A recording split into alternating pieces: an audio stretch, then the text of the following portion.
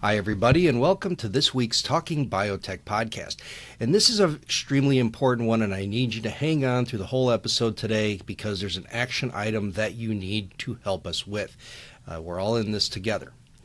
Now, first, I'd like to talk about the 1930s in the Soviet Union. This was a time when they were desperate to feed their people, and they had really the corner on great scientists. Nikolai Vavilov, he ushered in new frontiers in crop genetics.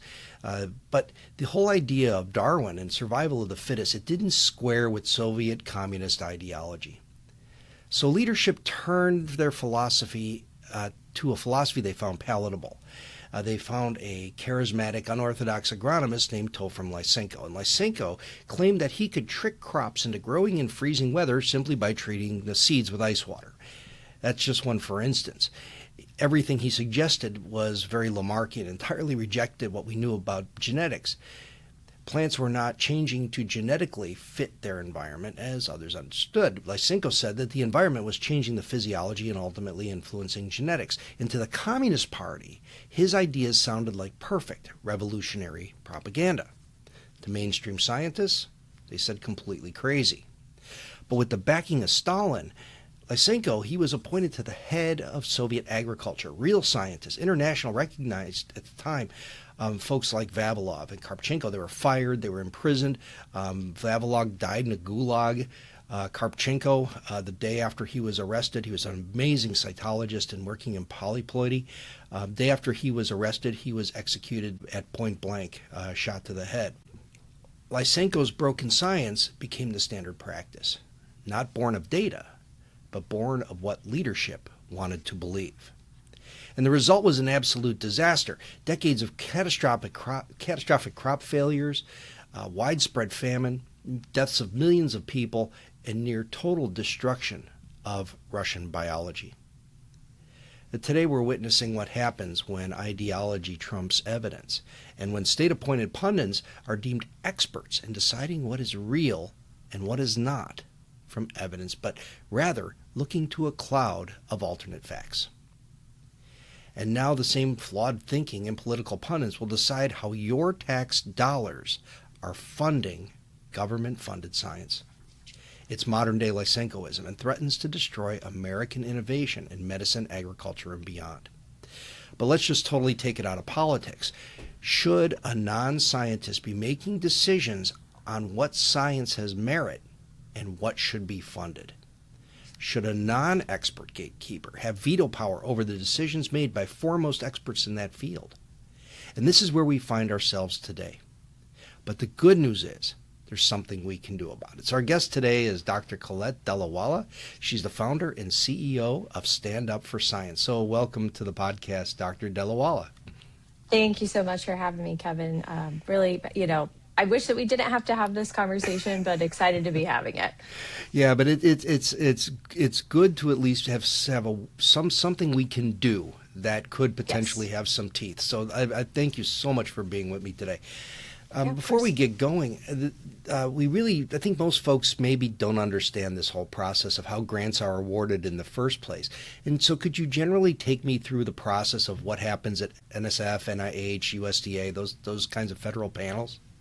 Yeah, absolutely. So generally speaking, what happens first is there's a notice put out that the government will be awarding contracts in a certain area for specific types of work. These are called NOFOs, or Notice of Awards. And this, goes out, people pull together these applications for these government contracts. They come, all into one pool, and then they are split up by area and sent over to expert panels to be very, very thoroughly reviewed by peers with expertise in those specific areas.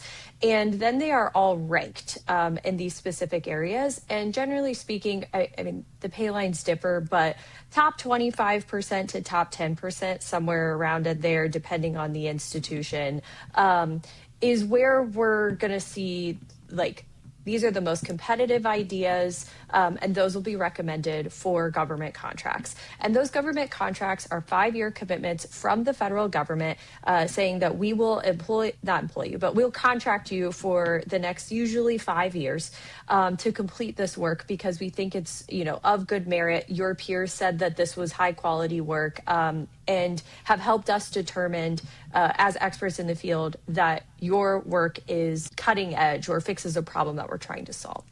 And again, these are government contracts. They're extremely competitive.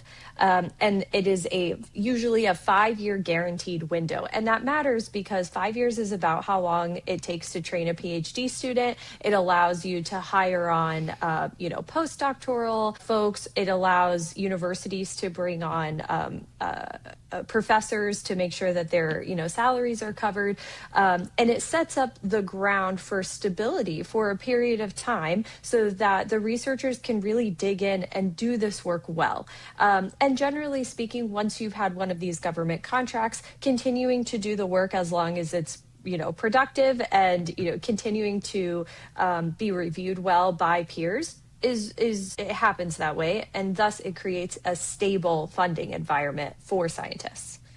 And you mentioned this a little bit, but what are the current funding rates? So if we look at this pile of proposals, how many of them are actually getting through the process?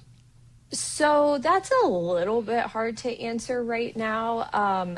In the year 2026, like in July 2nd, 2026, we are seeing a significant decrease in the number of grant proposals that are being funded. And even if they are funding, the funding actually getting out the door appears to be a pretty significant problem. I mean, just like magnitudes lower than what we typically anticipate.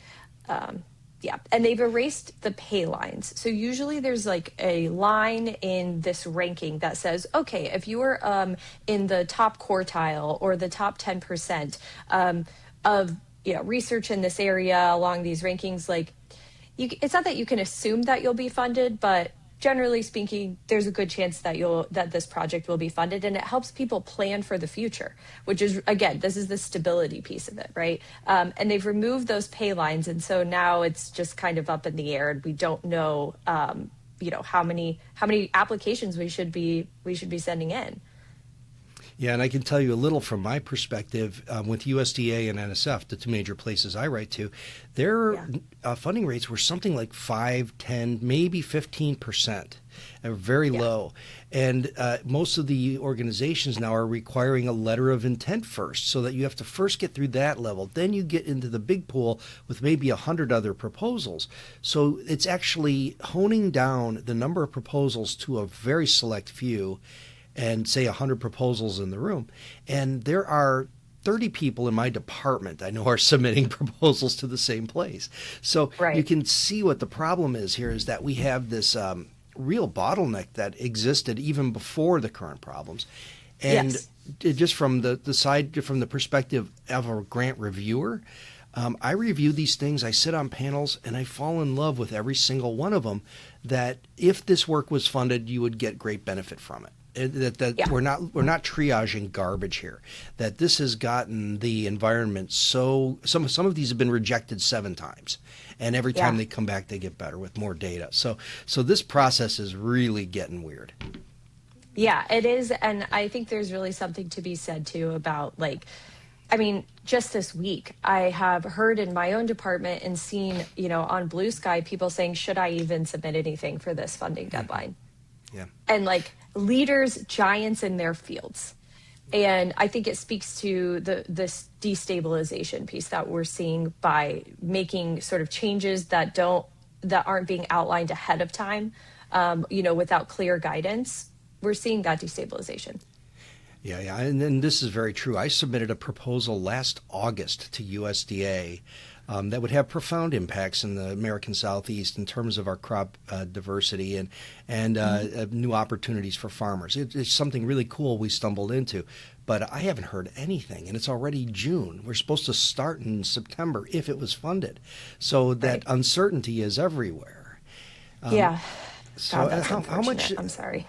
Well, it's currently the game. I got two more I'm looking to submit to NSF, but it's I'm going to keep playing the game because it's the only way. My job is to do beautiful science, and the only way it's going to happen is if I find funding, and I got to keep shaking the tree. Yeah, that's right. That's when right. when you talk about continuity, how much effect did the Doge cuts we saw this year really affect different research programs? Because there was a lot of this in the news about mRNA vaccines, but also just losing employees at places like USDA. Yeah, it was huge. I mean, there was one estimate that we lost over 10,000 PhD level scientists from government. And I think that that is a dramatic understatement. I think that that's just what they were able to calculate because there's been such a lack of transparency from the federal government during this administration. We are seeing hundreds of thousands of years of expertise just walking out the door, being forced out, being riffed, being fired, being retaliated against for whistleblowing. And one of the biggest problems that we're seeing right now, the FDA fired 1,100 people because of Doge, and now they're having to hire 600 of them back. And, we see this with the CDC, which is, I'm in Atlanta. That's right in my backyard, right? Like my neighbors worked at the CDC, found different jobs or didn't find different jobs. And now the CDC is calling them to come back in. You cannot tell me that that is efficient in any way, shape or form. And we're seeing that across all of these different federal agencies. We're also seeing a tactic called shift and shaft, which is where they try to move, different programs or different federal agencies under different umbrellas. They fund it down just to the absolute skeleton, like bare minimum, and then effectively, pull the agency apart. We're seeing that with the Forest Service, having the headquarters moved out to Salt Lake City, which is a state in the West that has no forestry. The closure of the regional research, like hubs, so what are they supposed to do? Fly public flights with their samples, from one place to another? I mean, it's just nonsensical. But the point is to remove these systems, right? And to shift and shaft. Yeah, all right. So we do have problems, of course, with the lack of funding and all the problems that are going on within the agencies themselves. But can you draw a picture for me of how efficient, or not how efficient, but what is the return on investment of government investment? And I think this is really important. Like, does it really matter at all that we have government funding science? Yeah, so this is a great question. It's also a little challenging to answer. So there have been a lot of economic sort of breakdowns by agency. So for example, for every dollar invested at the NIH, we see about a $2.52 return on investment. Generally across like the broad spectrum of federal R&D research, which we do between $200 and $250 billion a year, we see about a $5 return on investment on average across the board. Now, where this gets to be a little bit difficult to calculate, STEM products make up 39% of the American GDP. And how do you calculate, right, that Google was started by a under $1 million NSF grant? How do you calculate that, in our iPhones, that's about 5,000 pieces, like patents and pieces of technology that were developed in these, in our STEM sandbox that is federally funded? Like, how do you calculate that? I mean, another one, of course, is GLP-1s. This is one of my favorite examples. How do you calculate the impact of GLP-1s that came from a scientist studying venom, but then a scientist at the VA who's trying to find a solution for, his veteran patients with diabetes? And so, yes, there is this, $5 number that floats around, but I actually think that that's an understatement because at the end of the day, you never know what you're going to discover and you don't know what the economic impact. I mean, Google is a verb. Google is a company that's a verb. Like, that's like the ultimate capitalism, and it came from NSF technology, an NSF grant. So it's huge. It's huge. Yeah, and it's also been used as an adverb. You've heard of googly eyes and things like that. But Yes, that's right. yeah. That's right. Well, anyway, we're speaking with Dr. Colette Dalawalla. She's the founder and CEO of Stand Up for Science. And one thing I neglected to do that I should ask you, maybe now is appropriate, before the break is, tell me a little bit about Stand Up for Science and why people may be compelled to donate to your organization. Sure. So I started Stand Up for Science in February of 2025. The list of banned words impacted my dissertation grant. I am an addiction scientist. I was finishing up my PhD at Emory University, and I was told I couldn't use the word woman in my grant. And I had pilot data that was reflective of the 2020 census. So I needed to be able to say how many people were Black, and I needed to be able to say how many people in my sample were women and LGBTQ. And it was a community sample, but the word community was banned. And my grants office told me, we'll just take them out. And I'm like, I'm not doing that. That is fundamentally un-American. And I couldn't believe that there was not like a protest happening. Like, I could not believe that scientists had not taken to the streets about being told that they weren't allowed to use specific words. And there was this moment of be the change you want to see in the world. So I posted on Blue Sky that we were doing a Stand Up for Science protest in Washington, D.C. And it turned out we were going to end up doing about 150 protests across the world. We turned out thousands of people across the country. It was the first organized, protest, totally peaceful protest of the second Trump administration. And then after that, there was a question of like, all right, a day of protest is important, but alone is not sufficient. And when I evaluated the political machinery of the scientific ecosystem, despite the fact that we make up a third of the workforce and, 40% of GDP, I was seeing that used car sales and chiropractors had better, more effective political machinery than the sciences. And I had a very clear vision of what it would look like if science had good political machinery, and I endeavored to build it. And so here we are. We're a 501c3, a 501c4, and a super PAC. We are fighting to mobilize mobilizing the fight for science and democracy, and doing so through both political engagement, policy level engagement. We're really planning out the future of science and what it looks like to rebuild, but we're also taking action now to defend science and democracy and to hold our public electeds accountable. And so that's what we're doing, and that's who we are. And maybe another quick question is, how dangerous is it though to have a political side? Because if you talk about one side or the other politically, you lose half your support, right, in this polarized environment we're in.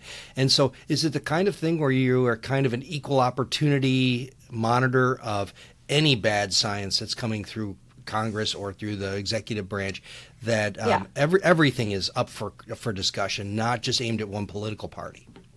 Yeah, 100%. I mean, we reach out to and schedule meetings and speak with members of both sides of the aisle. We do constituent meetings on both sides of the aisle. We do, contact with, on both sides of the aisle. But at the end of the day, right now, we have one political party who is trying to make certain types of science illegal because it doesn't align with their ideological perspective on the world. And we have one party who is trying to fight that. And we fundamentally are not going to support a group of people who say that we cannot study environmental science, that they're banning words. Like, we are not politicizing science by reacting to banned words. The people who sent out the banned words list are the ones who have politicized science. And here's the other thing. This is the first time in American history that science has been partisan. But science has always been political in the United States.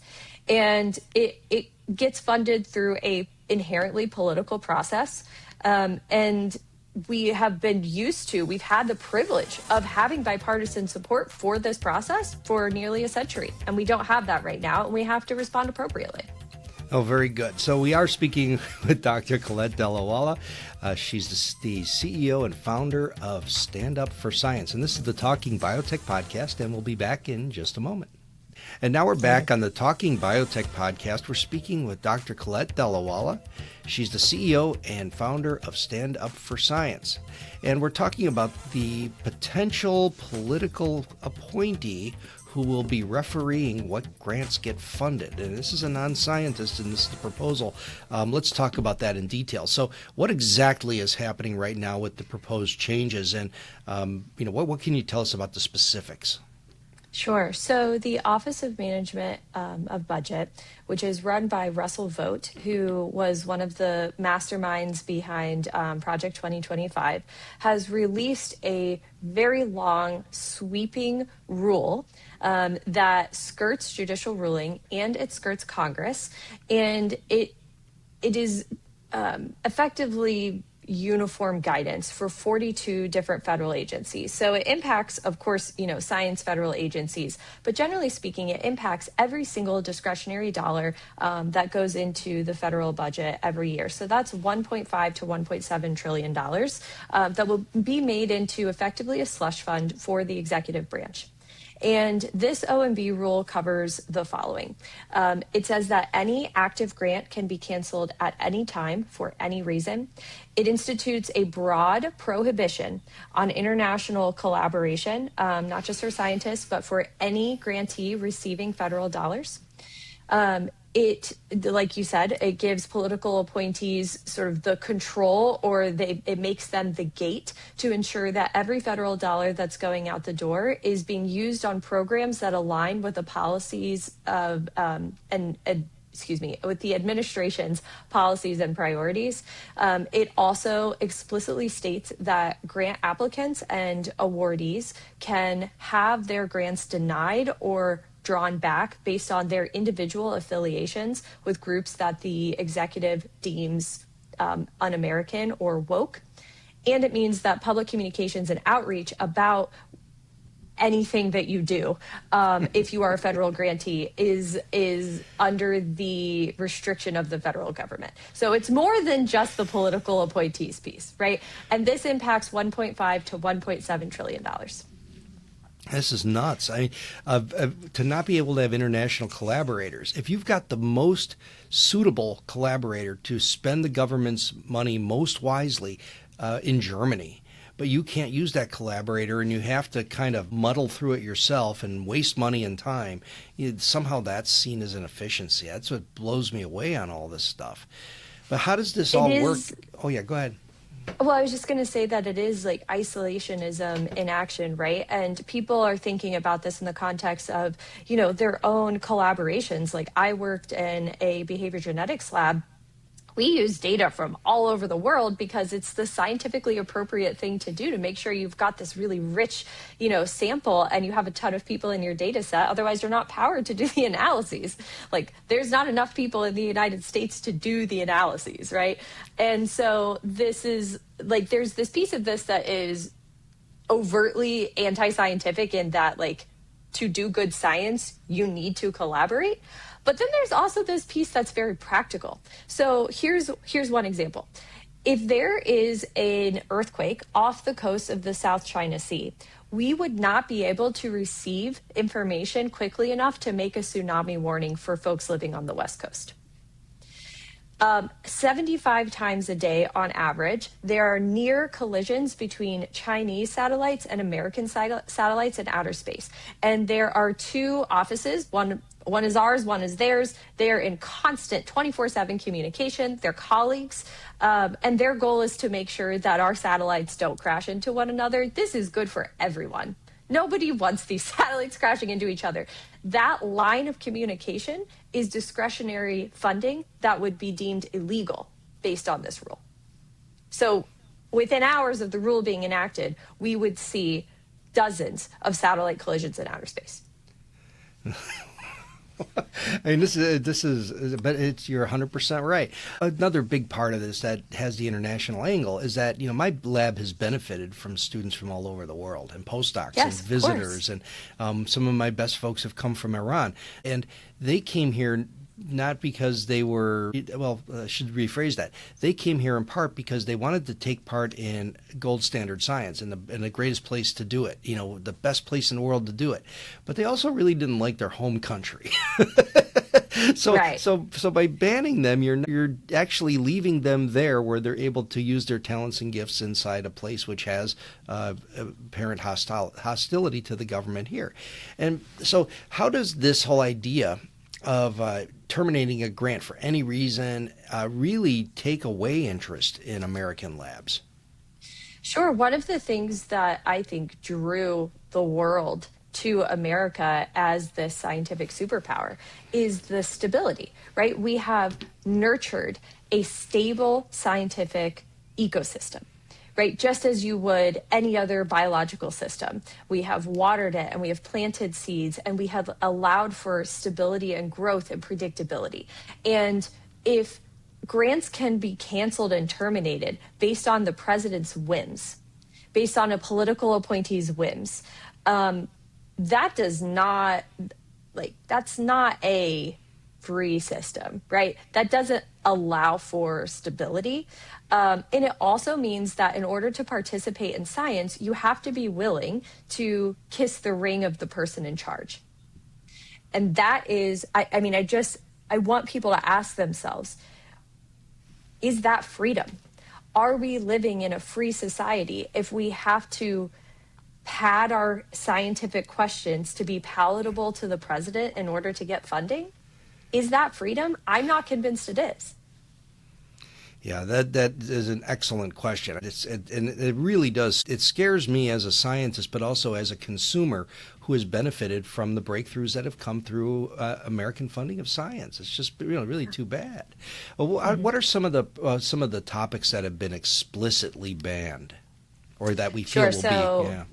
Yeah, so this is interesting because of the way that they worded it. So in the rule itself, they explicitly ban gender studies, environmental and climate science, because who needs to know about the weather, and things that are deemed woke. And I'm putting this in quotation marks because when you dig a little bit deeper into this, we've seen now a year and a half of executive orders from the White House that have explicitly laid out what the policies and priorities of the White House are, so that the way that this rule is written, it pulls in all of those executive orders and then applies it. So we're seeing LGBTQ plus research on and for religious minorities. So things like trying to stop anti-Semitism and Islamophobia. We can't research that anymore. Research on women. So that seems counterintuitive given how much we're seeing from the MAHA branch about, studying women and women's hormones. But this explicitly bans women's health studies because it is viewed as discriminatory towards men. We are seeing explicit bans on anything related to health disparities, things like how disabled people can move through the world better, how we can help people who experience basically any type of disparity is just we're not doing that. So, Black maternal health outcomes, we can't study that anymore.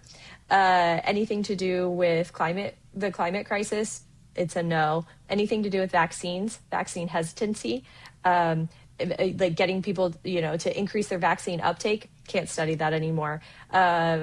Anything that has any sort of framing around DEI or DEIA, can't study it. And which is amazing to me, because if you're taking away the decisions based on merit, you're actually doing what they say DEI does, right? They say that DEI forces you to make decisions not based on merit, which we know isn't true. We're just casting a wider net to find the most meritorious work in a larger pool, especially of underrepresented folks. That's a great conversation for another day. A lot of the discussion around DEI, unfortunately, how those have been targeted, has left a lot of scientists saying, well, how do I pursue these initiatives? And it's like, you just got to do it, do the right thing independent of saying you're doing the right thing. And, most of us have already done that. Just kind of a funny aside. When we talk about words that have been eliminated, I started thinking as a plant scientist, what are some things that I could propose that would almost guarantee funding? And in plant science, we do something called embryo rescue. They'd love that. I thought gas exchange, like maybe it's oil related. That's so funny. Yeah. Like, how can you flip it on them? Yeah, how do I flip it? Yeah. That maybe That's we right. do talk about photosynthesis. Like they would go, oh, this must be new ways of imaging. So I'm thinking of ways that I might be able to play the game a little better. But sorry for the aside. So let's talk about some of the other problems that are there. You already talked about this about the idea of being removed from consideration if you are deemed unfavorable in some sort of, and you talked a little bit about that, but what kind of affiliations would get you automatically removed from consideration as a potential awardee or have your grant pulled if it was already funded? So this is where things get to be pretty vague and pretty egregious. It's anything that the president deems to be unfavorable. So that means the executive branch is allowed to say, like they could come up and say tomorrow, any person that has ever donated to Stand Up for Science, you are no longer eligible for grant funding. Obviously, they haven't done that, so please donate. But that's the kind of thing that they could do. They could say for people who have donated to Democratic nominees, they could say people who have attended a protest this year. And so it opens the door for the executive branch to make really, really wide-ranging blanket types of statements. And we're beginning to see what this kind of looks like in practice based on some of the ways that, the Trump administration has gone after specific people, has targeted places like the Southern Poverty Law Center, right? We're seeing that they do take these targets and sort of move forward in that way. And so it's a very, very slippery slope.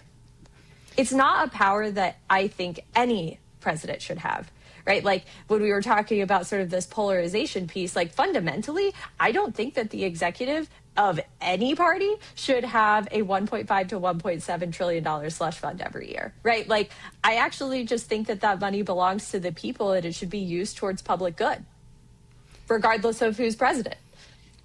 Yeah, and I'm an equal opportunity critic when it comes to politics. I have a good time criticizing folks on the left and right because we all make mistakes and there's things that people do on either side that I can find that I don't like. And me too. But that was what the founding fathers wanted, keep your people in line. And I've had great conversations on Capitol Hill with folks on both sides of the aisle, and I've had horrible conversations with others on both sides of the aisle. And maybe one side more than another. But in general, I've been an equal opportunity critic. Yet what they could do if I had a very highly ranked grant proposal is say, have AI go through his social media feeds and his podcasts, and if he find anything that criticizes the current administration, he doesn't get the award. That's right. So I think this is something that is also on the table. So this is a thing that kind of scares me, is that it doesn't matter that if I'm an even-handed critic, the fact that I said anything against the current folks in charge would eliminate me. I mean, is this a legitimate concern? Yeah, it is.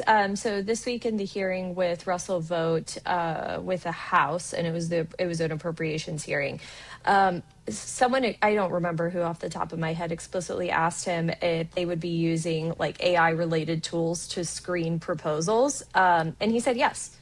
And, made it really clear that they are actively building tools to screen both grantees and the proposals, and would not expound upon how that screening was going to take place and what would be included in that screening. But we have what they're going to include in that screening, right? And the other thing about these tools is they're not super accurate. They aren't going to really have people, clearing through that. And any new thing can be added without alerting the public, right? So they could just add that if you have said XYZ thing, on social media, you're out. And we wouldn't have knowledge of that. They don't have to alert us of that. And I understand that this sounds like I have the most insane tin cap on, right? Like, I understand how wild this sounds coming out of my mouth. And I've read the rule. Me and my policy team have read this 412-page document multiple times with our lawyers. We have gone through and through and through this to make sure that we're not overreacting. And every constitutional lawyer that we have spoken with from both leanings has said this is bad. And that there is not a single line in this rule that is good for our democracy. I mean, they could even link in data like flock cameras and stuff. You know, you go to the wrong church, or don't go to church. You know, and so this is because this is it's so 1984. It took Orwell he must be spinning in his grave. I know. I keep saying that. I was like, you guys are really pissing off George. I just know it. I just know that he's over there like, I told you. You know, the other piece of this too that I will highlight is that again, like, it sounds crazy. Like, I understand that. We have been meeting with Republican members of Congress. There are three things that members of Congress could do right now, but it would need to be led by Republicans, and they're not doing it. So first and foremost, they could put appropriations riders in here in the fiscal year 2027 appropriations bill that basically says, yeah, this rule doesn't count. We're not applying this to funding this year. They could do that. They haven't done it yet. The other thing is that somebody could call Trump and just say, hey, this is bad. Like, we're going to lose the elections. Like, you can't do this. Like, somebody could pick up the phone and make that phone call. But the third thing is that, in theory, the Congressional Review Act could be used after this rule gets implied to pull back the rule. However, it would require a veto-proof majority across both chambers. And that would mean that Republicans would have to get on board. And it has been made very clear to us that they are not going to do that. Yeah, I know my representative won't do it. I mean, she does whatever she's told to do and has zero interest in listening to anything constituents say. That's right. And I say that just to make the point that, like, yes, we come off as being very partisan, but we have asked for these specific things from multiple senators, from multiple leadership in the House on the right, and we have been told no. Yeah. And so it's not that we're not trying to work with folks, right? Like, we are, and we've been told no. And that matters. That matters. Well, let's shift a little bit. I know that so this whole idea of gatekeeper on the end of this process is a scary thing, but there's also been a lot of ideas batted around about how the structure of funding for proposals will happen in the first place. Apparently, travel to conferences, memberships in professional societies, paying for page charges, communicating through different outreach mechanisms. All that stuff is on the chopping block, or tell me a little bit about that. Yeah, so effectively, all of the things that you just mentioned would have to be approved by these political appointees. So if you want to include, like, it's not at all uncommon to include publication, dollars, or, travel for conferences for your lab based on the work that's done in the grant, in an R01, for example, in this high level grant. At sort of face value, the answer to that is no, we're not going to fund it. But if we do fund it, it does have to be approved by political appointees, which means that political appointees are the ones in charge of saying whether or not you can share your findings about your specific research with your peers. And it also gets really hairy because this applies to all discretionary funding, which includes work at the CDC and FEMA and the Department of Labor and HUD and, the Treasury, Department of Transportation. So that means that folks who receive these grants wouldn't necessarily have clearance to talk to their local media about how, they're doing this new watershed project that's supposed to better, take out lead pipes in the area, right? Like, they would have to have federal government's approval to talk to the press about that in their own community. Yeah. It's very scary because that's a huge part of every grant now is how you share and how you plan to disseminate the findings that the Sure. taxpayer has funded. How do you Right. share this information that the taxpayer paid for? And they should be able to understand that. And one criticism of scientists is we're not doing it enough. And here they want to That's take that exactly away. right. That's like I want to make a Instagram about my dissertation work that was funded by the government. I have to get a political appointee's approval to make an Instagram reel about my Yeah. federally funded research. I Yeah. mean, that is crazy. Like we're having these conversations about how people, don't trust scientists and, mis and disinformation is running rampant on social media platforms. But then we would have to ask the government to share our findings with the public who paid for the findings? That's crazy. Yeah, and meanwhile, I have a lot of colleagues in China and India, other places, where they are flooding dollars into research. Where when I Yes. had an appointment as a visiting scientist in China back in the 2010s, that they would ask me, what piece of equipment do you need? And I'd say, well, just very basic molecular biology stuff. And they would say, how about a sequencer? It's only a few $1,000,000. It was insane how Oh my they were gosh, that's just crazy. and then you look today, 15 years later, and you look at the journals that are being published, where we've seen this huge shift of work coming out of the USA and Europe, and now huge proportions coming out of China. In some journals, almost 100% are Chinese papers, Yeah. and extremely good quality. Great students and folks who are being well trained now, and so Yeah. the shift is already underway, and this will be kind of in my view, a nail in the coffin of Americans' competitive science. I agree. The single shred of hope that I have is that a truly free scientific ecosystem, which is what you need in order to proliferate discovery and innovation, is predicated on freedom.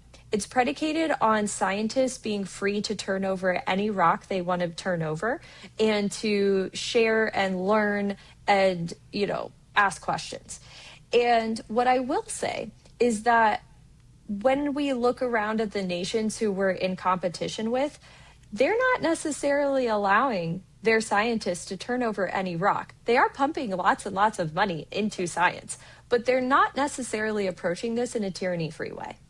And I say that to make the point that I actually think it would be easier for us to get American science back on track and to rebuild an even more vibrant and exciting future for innovation and science in the United States than I think it would be for the Chinese government to allow scientists to really study anything that they want to study. Does that make sense? No, it's an excellent point because they do I'm a have. little bearish. I'm a little bearish on No, the whole like China could be the next. I don't know. I think that we can do it. I still think we can have it. Well, I agree. I'm with you, but in the current climate, I'm seeing what's happening over there, and how innovation is really moving fast. Some of the recent big breakthroughs in what was it now that I just read? But in diabetes came out of China in terms of Yeah, of course. replanting stem cells, but. Kind of as we head towards the finish line here in our solution step, one of the other questions that always comes up is, well, it shouldn't be the government's job to fund science because companies have lots of money and they can do it. And I think that my comeback to that always is, but if I generate the data from an NSF award, I am obligated to put those data into the public domain where other people can use them. Whereas if it comes from a company, the company keeps them and you have no access. And what are some of the other benefits of the public funding science rather than this being done through a private sector? So the first thing that I will say is that I actually think it's really important that we have multiple streams of funding and multiple sources of funding. I think that taxpayer dollars, philanthropy dollars, and company dollars are like they all play really important roles. The role of the federal government is to create a sandbox for ideas that aren't necessarily going to turn into increases in shareholder value in 3 quarters, right? Like GLP-1s, that is a 30 to 40 year lifeline. And we had no idea what one person's work on various types of venom was going to turn into. You do not know what you're going to discover. That's the both joy of science and also what makes it really, really, really difficult, right? Is you don't know it. You might have an idea and it turns out to be total crap, and that doesn't bode very well for shareholders. And so, yes, it is important that companies do research too. Like, I do think that, Eli Lilly should be funding the clinical trials for their work, especially as we get into like phase 2 and phase 3. Like, that's very, very expensive work. And I do think that if they're going to make the money off of the drug, they should be putting in the investment. That makes a lot of sense to me. And at the same time, Eli Lilly isn't going to, just for funsies, allow some guy to pick a random thing, right? You don't know what you're going to discover. Having this sort of sandbox that we curate, that we allow to proliferate, is really important. The other piece of the puzzle is I don't see companies jumping to fund the infrastructure of research, right? Like, I don't see companies out here funding huge swaths of labs across universities, and I also don't see them funding PhD students and postdocs and undergraduate research assistants, right? Like, that's we're the United States government. The tax dollars fund the people and fund the innovation that isn't necessarily going to turn into innovation, but we don't know, right? So it's the sandbox, and we need to think about it that way. And we also need to think about the importance of stable infrastructure. That is the role of tax dollars in the scientific ecosystem. It's stable infrastructure. So philanthropy and companies can come in and augment what's already there, and can push forward specific areas that seem really especially viable. But they're not going to provide the stable infrastructure that's necessary for innovation. No, very good. And I think this is important because as we get towards our solution step here, I want people to really understand really what we're up against and what we could have a chance to lose here, as they can incorporate this in their solution. I know that in our university, in our department, one of the things we've seen is a cutback in federal dollars. We still are doing very well competitively because it's a great place to be here. But Sure. we got great scientists who can play in that competitive environment. But companies across the country, if you go into a number of them, you find all our graduates. And our people are running those companies. One of my former undergraduates is a CEO of a major company that deals in neurological drugs. I mean, all Incredible. of these folks who've come through my program, 150 undergraduates, dozens of graduate students, postdocs, visiting scientists, they're all making a difference in the U.S. technical workforce, the places that are generating the high-value companies that are rising in the S&P 500. And Right. now that pipeline has a potential to end. And I think companies see that. Companies are also not funding basic fundamental research. You're not looking Right. at splitting atoms and looking at in very esoteric differences in biology or issues in biology that could lead to potentially the next GLP-1. So it's they're all looking for application and rather than basic science. So these are other things that we stand to lose is workforce readiness in a technical economy, as well as basic science information that could seed future application. So. And also, there's a value to be had for simply learning about the world around us, right? Like, even though that doesn't necessarily overtly result in shareholder dollars or shareholder value, there is societal value of a well-educated and knowledgeable populace. Yeah, no, you said it perfectly. Knowledge for the sake of knowledge is something that's been mentioned even in scripture, and so it's something that maybe will resonate a touch. So let's get to the punchline here. So, how do we solve this problem as a scientific community, and what do we do, and well, let's start there. What's the first best step right now? Yeah, so first best step is that we need every person in the United States to be leaving a public comment about this O&B rule. So the public comment period closes at 11:59 p.m. on July 13th. So that's your deadline. I know scientists need a deadline. That's your deadline.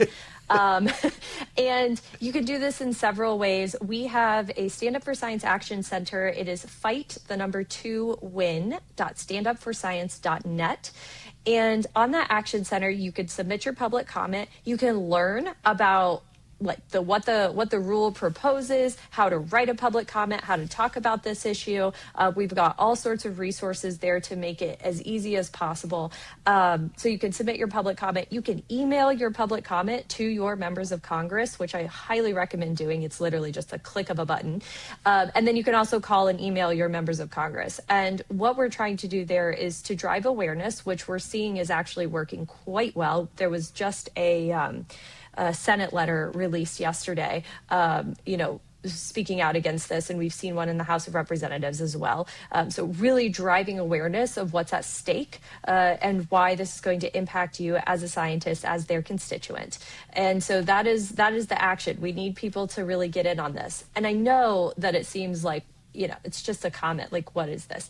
This is a very democratic process. It's the federal government asking people who will be impacted by this change to tell us how they will be impacted. And legally, they have to respond to that. And if they don't, that allows us to take legal action against them.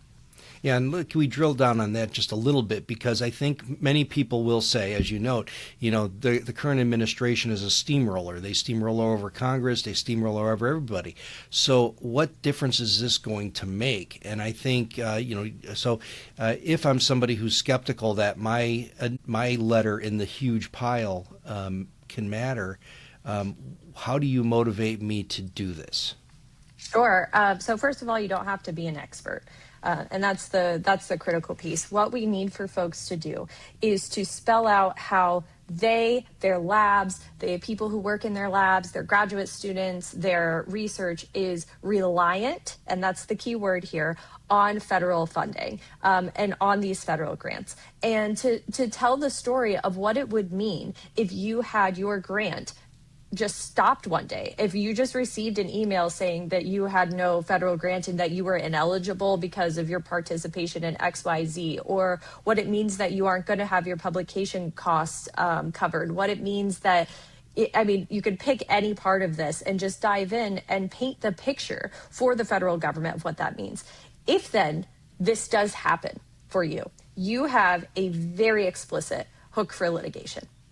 And at Stand Up for Science, we are pursuing several different approaches legally. And there is this piece of like fighting in the court of law and fighting in the court of public opinion. And so court of law, every time you say you're reliant on something and that funding gets pulled back, we are able to move forward and fight it legally, which is working really, really well against the administration right now. Court of public opinion also matters. It's important that people understand that when 49% of federally funded clinical trials get canceled on day one of this, it is because of this rule. And we want to be able to show people that scientists called it before it happened, that scientists stood up for science and democracy and for the public before all of this happened. It goes a long way in establishing this social contract, or reestablishing the social contract between science and the public. No, very good. So you're not just putting a message in a bottle and whipping it into the ocean here. You're adding momentum to a movement that can have profound impact because of its mass, and that you not only have to sign that letter and submit that letter, be creative as you do it, personalize it. The form letters are fine, but they always kind of stick out in a public comment thing. The ones that are kind of personal really do way more to me as a reader, as well as I'm sure for representatives. But most of all, share this on social media, share it with your family, share it with the people who are sick, share it with the people who have lost family members to cancer. This is the kind of thing that we need to show the profound impact of loss of federal support for science. And, so that's where we are. So, Dr. Colette Dalawalla, can you tell me more about where we can find Stand Up for Science, either on social media or on the internet? Yeah, sure. So online, you can find us at standupforscience.net or standupforscience.foundation. Our policy work is all over at the foundation site. So head over there if you want to take a deep dive in all things related to science and tech policy. And you can find us on Instagram, on Blue Sky, on YouTube, on Facebook, all of the above. If you just look up Stand Up for Science, and LinkedIn, you'll be able to find us pretty easily.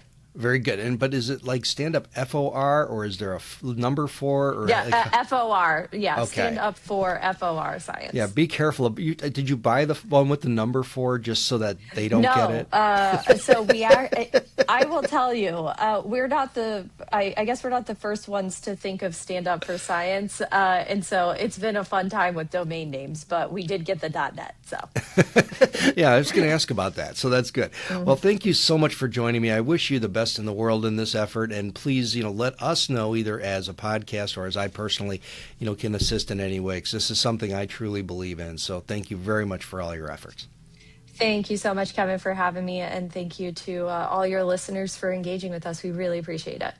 And so there you go, folks. You got your orders. Get over to the URL, get over to standupforscience.net, and start working on that letter. Send it to your representative through email, to your senators through email, and let's see if we can at least provide some good argument for why these efforts need to stop, why the efforts of having a political appointee making decisions about grant proposals, totally unacceptable. So thank you very much for listening. This is the Talking Biotech podcast, and we'll talk to you again next week.